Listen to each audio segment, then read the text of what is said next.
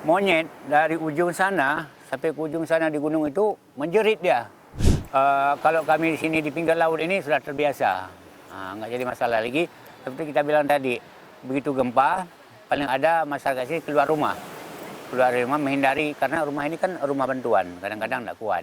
Mak nggak ada lagi, saya bilang, adik nggak ada lagi, adik jatuh di pangkuan tadi.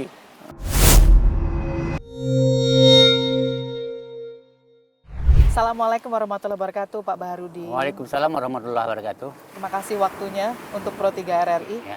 Perkenalkan dulu Pak, nama? Nama saya Baharudin atau Baharudin Zainun. Kita sekarang selaku Panglima Laut Aceh Besar dan Wakil Panglima Laut Provinsi. Pada saat tsunami 26 Desember 2004, waktu itu Bapak sebagai apa jabatannya? Sebagai Kepala Desa, Desa apa Pak? Desa Lamdutui. Pak, kita ingat-ingat lagi waktu itu, tidak bermaksud untuk mengingat hal yang bikin kita sedih, tapi Bapak cerita dulu, ketika tsunami waktu itu terjadi, Bapak sedang apa dan apa yang Bapak lakukan waktu itu? Kebetulan pada saat itu kan dalam keadaan konflik. Pas saya bangun pagi, kebiasaan saya ke sawah. Karena hampir bisa panen padi. Kemudian jam 7 saya sudah ke sawah. Pagi-pagi sampai di sawah. Ada kawan saya itu namanya Pak Kasim.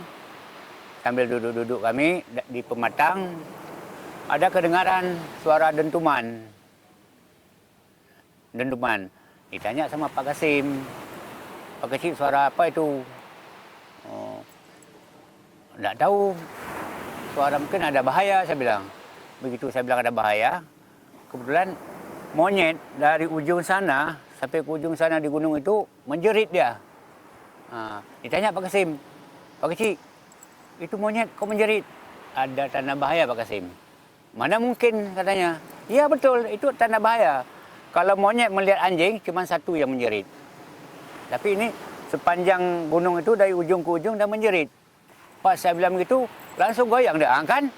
Terjatuh dia ke sawah. Pak Kasim terjatuh. Ya, kan Pak Kasim terjatuh. Iya Pak Kasim, gempa kuat kali ini. Dia terus itu, habis gempa, saya bilang, Pak Kasim bangun. Bangun, dan mandi di mata air. Saya pun pulang kampung. Begitu sampai di simpang itu, simpang jalan, semua orang yang labi-labi pulang dari kota. Orang tidak tahu kalau saat itu akan terjadi tsunami? Tidak tahu apa-apa. Udah pulang, ceritanya begini. Pas saya pulang, dibilang sama anak, ayah, tiang listrik di TPI udah jatuh. Jangan pikir itu, saya bilang. Begitu saya bilang, langsung anak-anak yang main bola di sini di lapangan menjerit, dia lari ke kampung. Air laut naik, bilang. Saya panggil lah orang kampung menjerit, lari ke gunung, dia bilang. Lari. Bilang sama istri saya, ayah jangan lari dulu, makan dulu. Nggak usah lari, semua lari. Ya lari. Saya ambil lah anak saya yang kecil itu 11 bulan, bawa lari. Sampai di tengah sana kebun-kebun, sampai mau ke sawah, saya toleh ke belakang.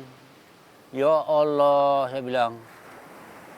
Ini nggak tahu bilang apa lagi. Air udah begini dah. Kayak mau menerkam.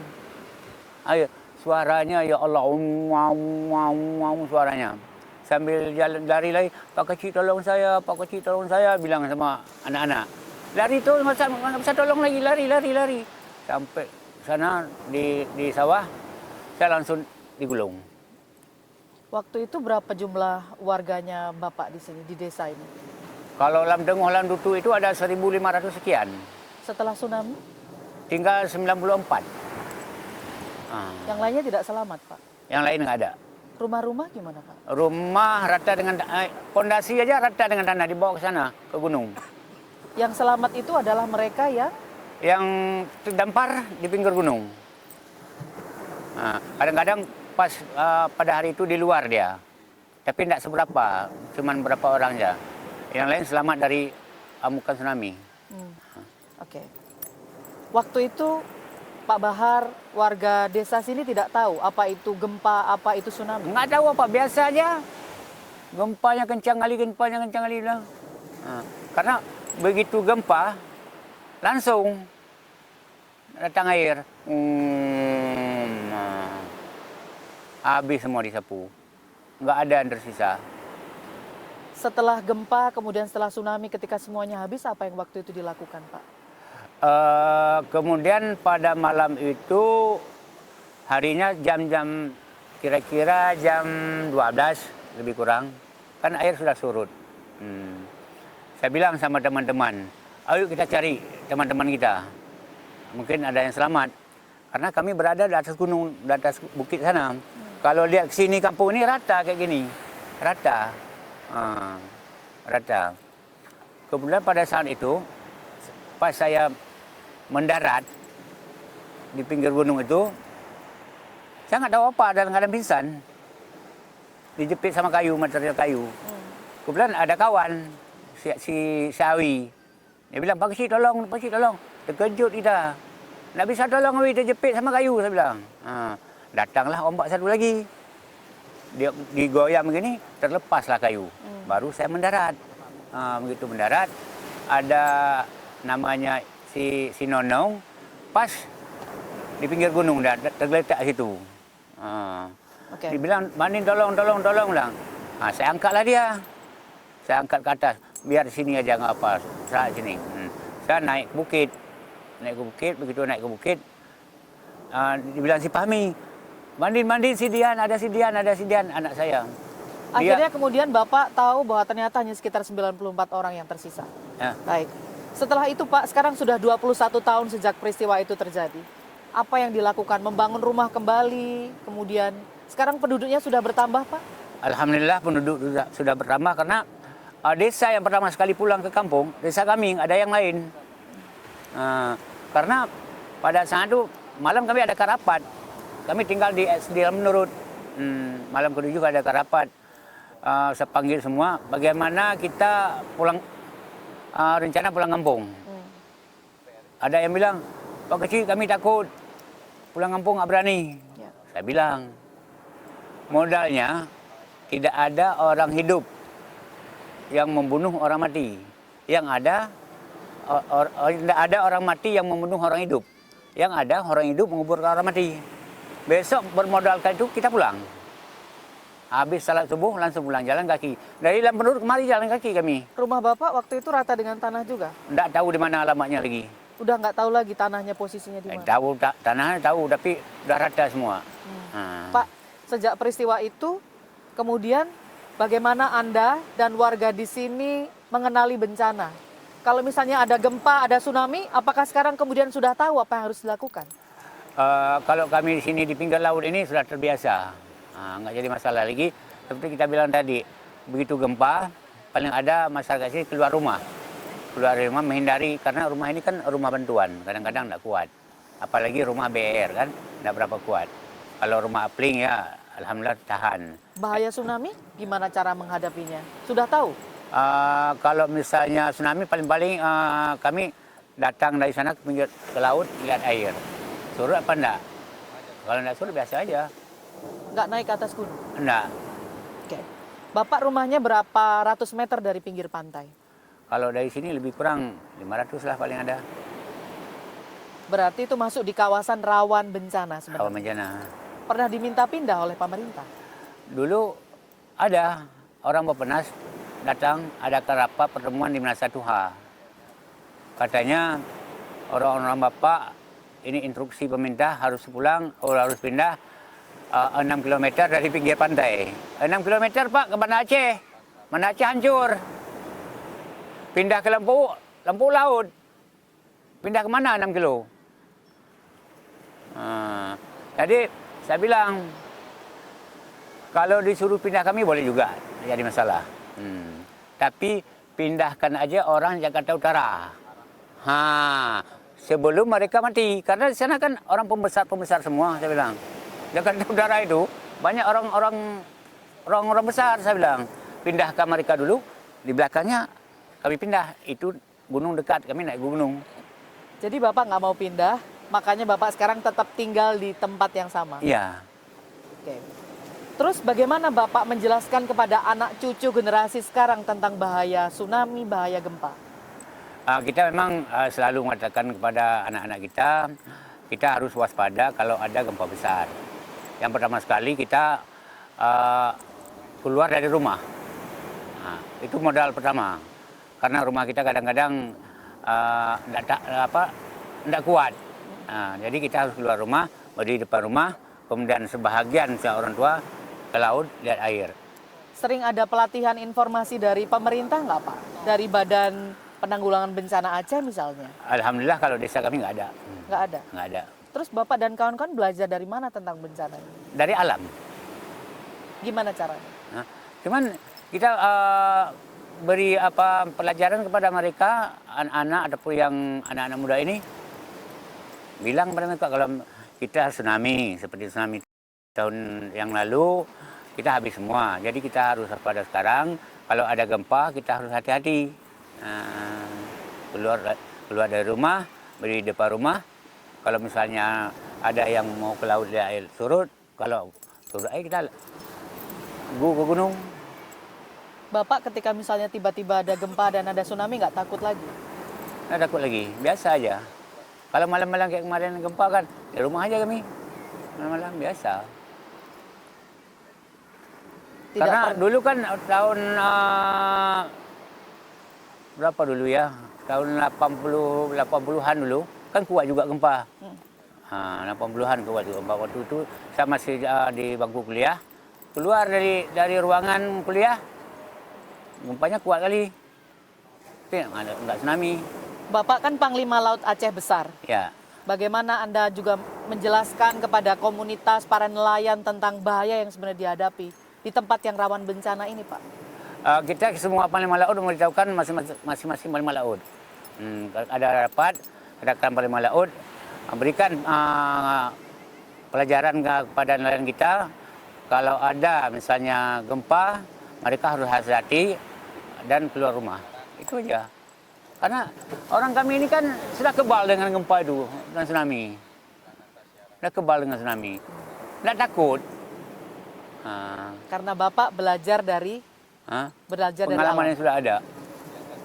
Belajar dari alam. Dari alam. Biasa aja. Baik. Kalau boleh berharap pada pemerintah, sebenarnya apa sih yang diharapkan oleh warga, yang dibutuhkan warga di sini, Pak? Berharapan pada pemerintah. Kalau kita di sini kan ini tanggul laut ini dibuat yang bagus lagi. Karena ini udah rendah kali. Kalau di sana itu kan di rumah itu udah pecah ombak ke darat tuh. Ombak. Saya kemarin waktu Pak Kuntoro masih sehat dia saya telepon, saya bilang, "Oh, itu Pak Kecik Bahar bukan urusan kita lagi, itu Pemda." Dibilang Pak Kuntoro. Ya. Karena sama Pak Kuntoro itu dekat kali. Baik. Jadi itu adalah pulau. Bapak bisa jelaskan itu apa itu yang ada di belakang? Itu Pulau Sabang. Dulu jarak pantai dengan ini, Pak? Dulu ini apa waktu sebelum Ini Tambak Udang dulu. Ini tempat kita dulu, Tambak Udang. Kalau pantai jauh lagi ke sana. Kira-kira ada 100 meter lagi sana. Ini Tambak Udang. Setelah tsunami? Setelah tsunami udah habis. Dikikis semua. Abrasi. Bapak nggak takut tinggal di sini dekat pantai, Pak? Enggak apa kita takut lagi. Biasa aja. Anak-anak ini pun tidak takut lagi. Kita bilang nih udah kebal dengan alam. Biasa. Jadi Bapak bersahabat dengan alam. Biasa aja. Ketika tsunami terjadi, adakah anggota keluarga yang jadi korban, Pak Bahar? Kalau anggota keluarga kita habis semua. Anggota keluarga itu siapa saja? Begini, seperti dalam puisi ya. Saya ada buat puisi Ratapan Seorang Ayah dulu.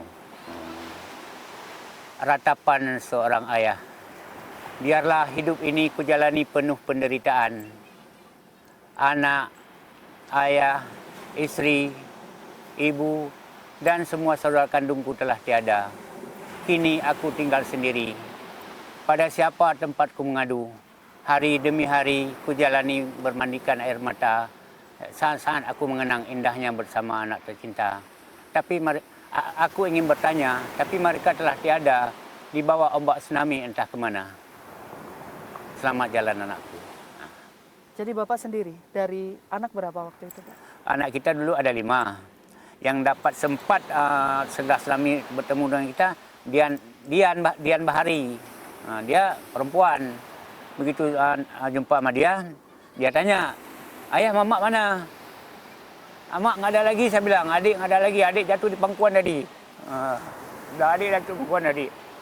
Jadi begitu dia lihat begini, dia bilang lagi sama orang, Pak kecil air laut naik lagi, saya angkat lagi dia ke atas. Dia telanjang, saya telanjang. Dia udah SMA kan, rambutnya sudah gini kusut. Begitu naik ke atas lagi, saya tanya sama teman-teman, coba lihat Banda Aceh kena, habis semua Pak kecil, Ngurah, Longa habis semua, naik ke atas gunung mereka. Jadi anak saya itu mandang begini, mandang kita kan dalam pangkuan begini. Dia peluk saya sebelah sini, peluk sebelah sini, langsung meninggal dia. 5 anak Bapak nggak ada yang selamat? Nggak ada. Istri juga? Semua. Dan Bapak menemukan jenazah mereka? Kalau Dian dapat, kan memang di pangkuan kita meninggal. Kalau Dedi hari ke-7 dapat. Hari ke-7 dapat, kita kan hari ke-7 sudah evakuasi.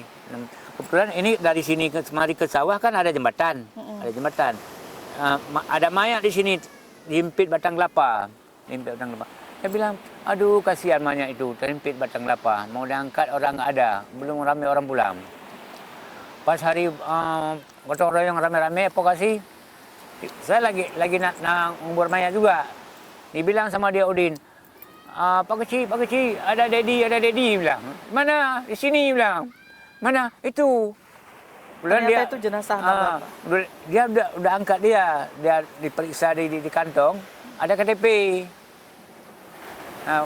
Celana pendek segini ada KTP. Dedi Pak. Saya angkat batang kelapa, angkat dia bawa kuburan, semayamkan dia situ. Jadi dari 5 anak berapa yang ketemu Pak? Dedi sama Dian. Yang 3 Bapak nggak tahu mereka? Yang lain nggak tahu di mana. Jenazah istri? Nggak tahu juga. Semua orang-orang sini banyak nggak dapat mayatnya, karena mayatnya dibawa ke laut semua. Kalau seandainya mayat ini tidak dibawa ke laut, kadang-kadang sampai sekarang masih ada. Bapak nggak trauma kalau ingat peristiwa saat itu? Alhamdulillah kita enggak. Karena kita begini, kita berperman ke sana, ke atas. Dulu kan ada juga orang Jepang wawancara. Mungkin ada di YouTube, ada wawancara sama orang Jepang. Ditanya, Pak kecil kenapa tidak takut tsunami, kenapa tenang-tenang aja? Saya bilang, kami kan orang Islam. Orang Islam memang sudah ada peringatan dalam Al-Quran akan datang suatu saat bahaya besar. Itu kan yang mengatakan itu Allah. Itu apa kita takut lagi, saya bilang. Mungkin kalau orang-orang tidak beragama Islam, gila dia. Ya. Tapi kita enggak. Alhamdulillah. Makanya saya ajak kepada masyarakat itu, tak ada orang mati menguburkan orang hidup, yang ada orang hidup menguburkan orang mati. Itu modal pulang kampung kita. Makasih banyak Pak Bahar sudah berbagi cerita. Ini tanggul laut, saya ngusut sama Pak Kuntoro. Pak Kuntoro itu siapa? Kuntoro mengusut Proto, BR. Nggak tahu, nggak kenal ya. Yang kepala BR dulu di Malaysia. Sama Ibu Sri Mulyani datang kemari. Ditanya sama Pak Kun, Pak kecil ini air apa? Air asin Pak. Waduh, kok kemari lagi air asinnya? Bulan purnama semalam. Jalan-jalanlah kami sampai biar pandai. Jadi ke mana kita ini? Jadi begini Pak, saya baru pulang dari Kolombo. 2 minggu lalu pulang dari Kolombo. Ngapain di sana?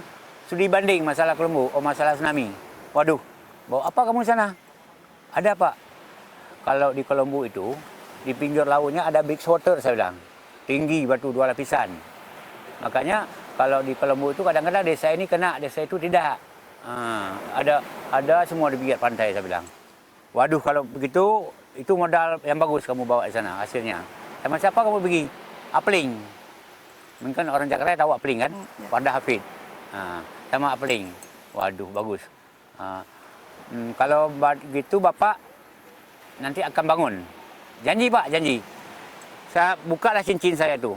matanya swasta, matanya biru. Saya taruh sini. Jangan, kau lagi susah nih kasih cincin untuk aku. Bilang Ibu Sri Mulyani, ambil aja Pak Kun. Itu kenangan Pak Kecil. Ada ambillah. Nanti kalau sudah siap kita bangun, mau mulai bangun, aku telepon kamu. Oke, saya bilang. Maka ini saya yang usul semua dari ujung sana Jadi sampai ujung sampai mari. sana kalau bisa tanggulnya diperbaiki ya. Diperbaiki. Ditinggikan. Ditinggi. Udah lenyap di situ tuh. Ya. Di pohon cemara itu udah habis tuh. Udah rata. Amin. Ya mudah-mudahan pemerintah melihat. Baik, semoga Bapak sehat selalu, Amin. panjang umur di sini aman-aman ya. Ya. Terima kasih Pak Baharudin Ya. sudah meluangkan waktu bersama Ya. Pro 3 RRI. Aman. Sehat-sehat selalu.